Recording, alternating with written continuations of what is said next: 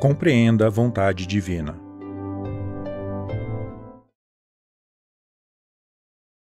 Conforme já escrevi anteriormente, uma vez que o ser humano nasceu para construir o mundo ideal, objetivo de Deus, se ele estiver em consonância com esse propósito, sempre poderá trabalhar com alegria e sem doenças.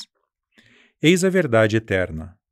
No entanto, é inevitável que ele acabe adoecendo devido às toxinas medicamentosas herdadas de seus antepassados e, por desconhecer o que é verdadeiro, também introduz essas toxinas no corpo após o nascimento. Contudo, se pessoas úteis à obra divina não puderem trabalhar em decorrência das doenças, isso acarretará um prejuízo para Deus. Por esse motivo, é natural que ele deseje curá-las rapidamente e, logo, não precisamos nos preocupar com o assunto.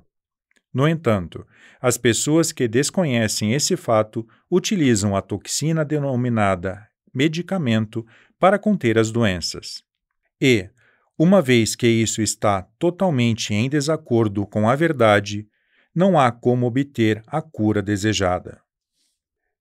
Não apenas a doença, como também os demais infortúnios, são ações purificadoras que, de acordo com a causa, ocorrem evidentemente sob diferentes formas.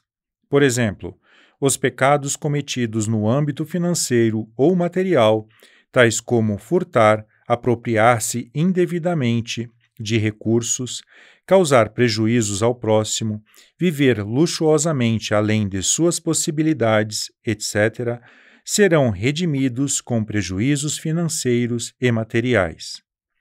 Frequentemente ouvimos falar a respeito do filho esbanjador, que gasta a fortuna da família. Ele está resgatando os pecados praticados por seus pais e antepassados.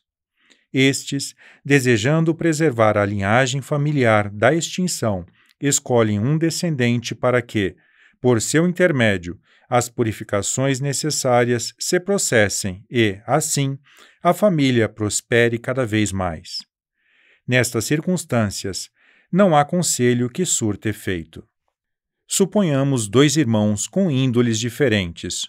Um é rebelde e esbanjador, e o outro é honesto e íntegro. Aparentemente, o primeiro é mau e desonra os antepassados. Todavia, ao analisarmos com visão ampla, é o oposto, pois, na questão de eliminação dos pecados e impureza dos antepassados, sua missão assume maior importância. Por essa razão, não é possível determinar o bem e o mal com base nos critérios humanos.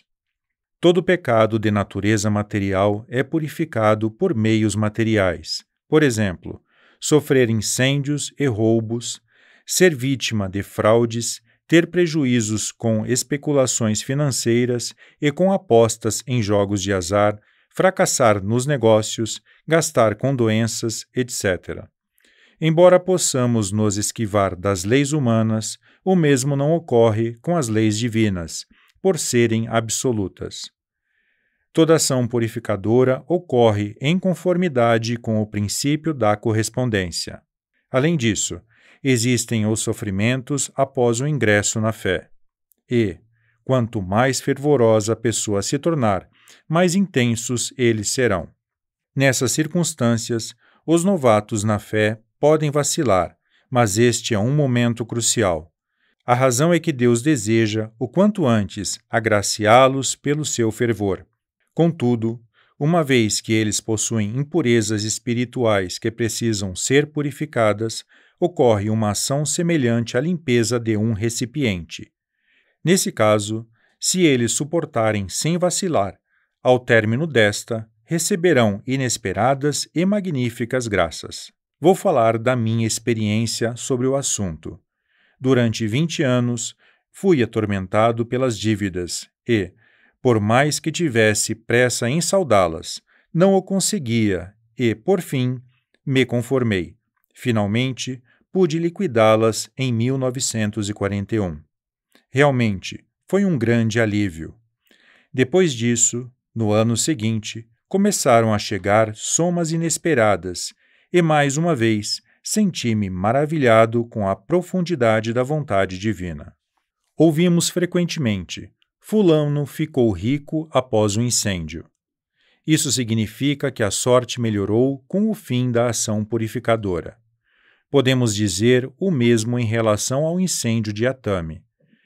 Se compararmos a atual cidade com a que era antes da catástrofe, veremos que ficou bem melhor.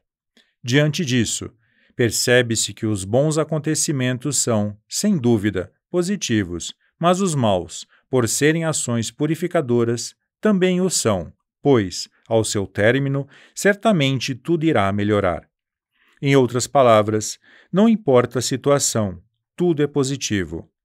Compreender que viver com ou sem doença é bom significa possuir a verdadeira paz interior. Todavia, isso se limita aos que têm fé.